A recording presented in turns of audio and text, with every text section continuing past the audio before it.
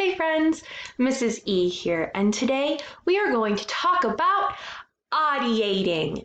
Now it sounds super fancy. It sounds like a very fancy word, but actually, audiate is a very simple concept. All it means is in your head. So if I took our quiet rhythm, which sounds like this, ta, ta, ti, ti, ta, if I wanted to audiate that rhythm, what I would have to do is I would have to think about that rhythm and do it in my head without doing anything out loud. So me audiating a quiet rhythm could look like this.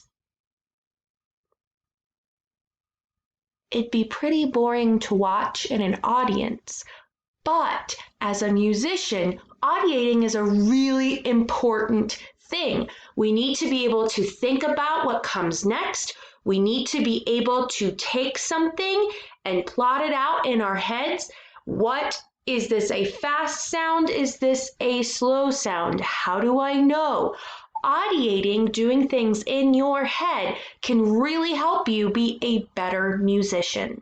So as you're watching your other videos today, think about if there is a pattern or something that you can audiate in your head.